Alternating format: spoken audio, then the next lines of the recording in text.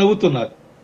Yes, okay sir. Pasuletti Suresh గారు good morning. Anjaneya Reddy గారు సరే మీ గురించి మాట్లాడారు, సరే అది పక్కన పెట్టేస్తే సబ్జెక్ట్ విషయానికి వస్తే ప్రూఫ్స్ ఏమున్నాయి? మీరేమో 15 లక్షలకి బేరసారాలు చేశారు అని చెప్పేసి మీరు అంటున్నారు. దానికి ఉన్నటువంటి ప్రూఫ్స్ ఏంటి? నెంబర్ 1. నెంబర్ 2, స్పోర్ట్స్ కోటాలో డైరెక్ట్గా అసలు అర్హత లేని వాళ్ళకి ఉద్యోగాలు ఇచ్చేశారు. దానికి ఉన్నటువంటి ప్రూఫ్ ఏంటి? అసలు ప్రూఫ్స్ లేకుండా ఎందుకని మాట్లాడుతున్నారు? ఏంటి మీ దగ్గర ఏమైనా ప్రూఫ్స్ ఉన్నాయి? ఇప్పుడు ఏమైనా చూపించగలరా? రాజు గారు, మీకు మరియు ప్యానెల్లో ఉన్నటువంటి తోటి రాజకీయ పార్టీ నాయకులకు, ప్రేక్షకులకు నా నమస్కారాలు. ముఖ్యంగా ఈ యొక్క డిఎస్సి వ్యవహారం కానీ చూసుకున్నట్లయితే నారా లోకేష్ గారు కానీ, చంద్రబాబు నాయుడు గారు కానీ అధికారంలోకి వస్తానే 25,000 మంది జాబితాతో నేను విడుదల చేస్తాను అనేసి అని చెప్పి తీరా 16,370కి పరిమితం అయిపోయి ఒక డిఎస్సిని విడుదల చేసి దాన్నే మెగా డిఎస్సి అని చెప్పుకున్నారు. ఓకే, మంచిది. అయితే ఇక్కడ డిఎస్సిలో జరిగినటువంటి తీరు కానీ, నియామకాలు జరిగినటువంటి తీరు కానీ మీరు చూసినట్లయితే మొన్నటికి మొన్నే నేరుగా అభ్యర్థులే ఈ రకంగా 15 లక్షలకు ఏదైతే స్పోర్ట్స్ కోటా కింద ఈ సర్టిఫికెట్ల ఆధారంగా ఈ క్రీడా ప్రతిభని పరిగణలోకి తీసుకొని ఇచ్చేటువంటి కోటాని అమ్ముకుంటున్నారన్నటువంటి దీంతో బయట రావడం మనం చూసాం. వాళ్ళే నేరుగా సామాజిక మాధ్యమాల్లో కూడా పోస్టులు చేయడం, మాకు ఈ రకంగా అన్యాయం జరుగుతుంది, మమ్మల్ని ఈ రకంగా 15 లక్షల రూపాయలు డిమాండ్ చేస్తున్నాం, నకిలీ సర్టిఫికెట్లు జారీ చేసేటానికి ప్రక్రియకు అని చెప్పి రావడం జరిగింది.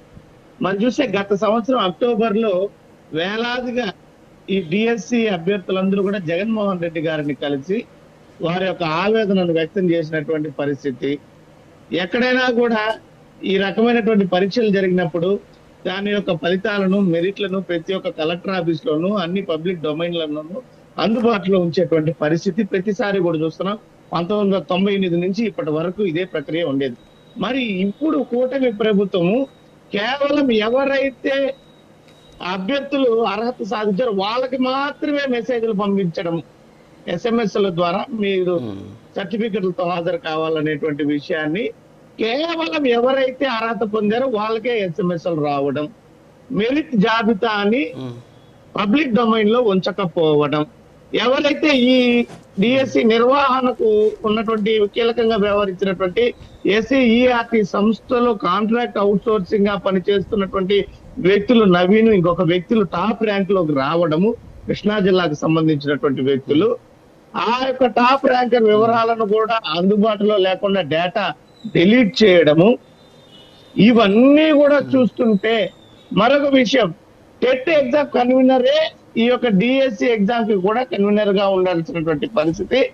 మరి ఆయన్ని తొలగించి విద్యాశాఖలోని జాయింట్ డైరెక్టర్ ను ఈ యొక్క టెట్ ఎగ్జామ్ కి కన్వీనర్ గా ఒకటిన నియమించడం జరిగింది. ఇప్పుడు మీరు చూస్తే ఈ గందరగోళ వాతావరణం అంతా కూడా ఎందుకు జరిగింది అనేటువంటి అనుమానాలు కానీ చూసినట్లయితే ఇందులో పెద్ద ఎత్తున అవకతవకలు జరిగి వీళ్ళ కనుసన్నల్లో, కూటమి ప్రభుత్వ కనుసన్నల్లో నియోజకవర్గాల వారీగా ఈ పోస్టులన్నీ కూడా పంచుకొని ఏ యొక్క నియోజకవర్గానికి ఏ ఎమ్మెల్యేకి ఎన్ని పోస్టులు అనేసి వీళ్ళు పంచుకొని వాటిని అమ్ముకున్నారన్నటువంటి వ్యవహారం ఇప్పుడు బయటపడేటువంటి పరిస్థితి. మరి అందుకనే మొన్న చూసారు మీరు ఎంత వైఎస్ఆర్ కాంగ్రెస్ పార్టీ చేసినటువంటి ఆరోపణ కాదు రాజుగారు, మీరు మొదటగా ఆలోచించాల్సింది ముందు జగన్మోహన్ రెడ్డి గారు ఆరోపణ చేయలే. వేలాది మంది అభ్యర్థులు జగన్మోహన్ రెడ్డి గారిని గత సంవత్సరం అక్టోబర్ లో కలిసి వాళ్ళ బాధలు చెప్పారు. మొన్నటికి మొన్న మీరు అన్ని కథనాల్లో చూశారు.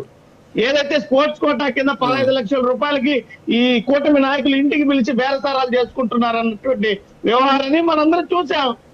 ఇప్పుడు జగన్మోహన్ రెడ్డి గారు చేసిన ఆరోపణ ప్రధానం కాదు, ఆ అభ్యర్థులు ఏదైతే గత సంవత్సరం పరీక్ష జరిగినప్పటి నుంచి ఆరోపణ కాదు. ఇక్కడ ఒకటి సురేష్ గారు ఇక్కడ క్లారిటీ ఒకటి ఇక్కడ జగన్మోహన్ రెడ్డి గారు ఆరోపణ చేశారు.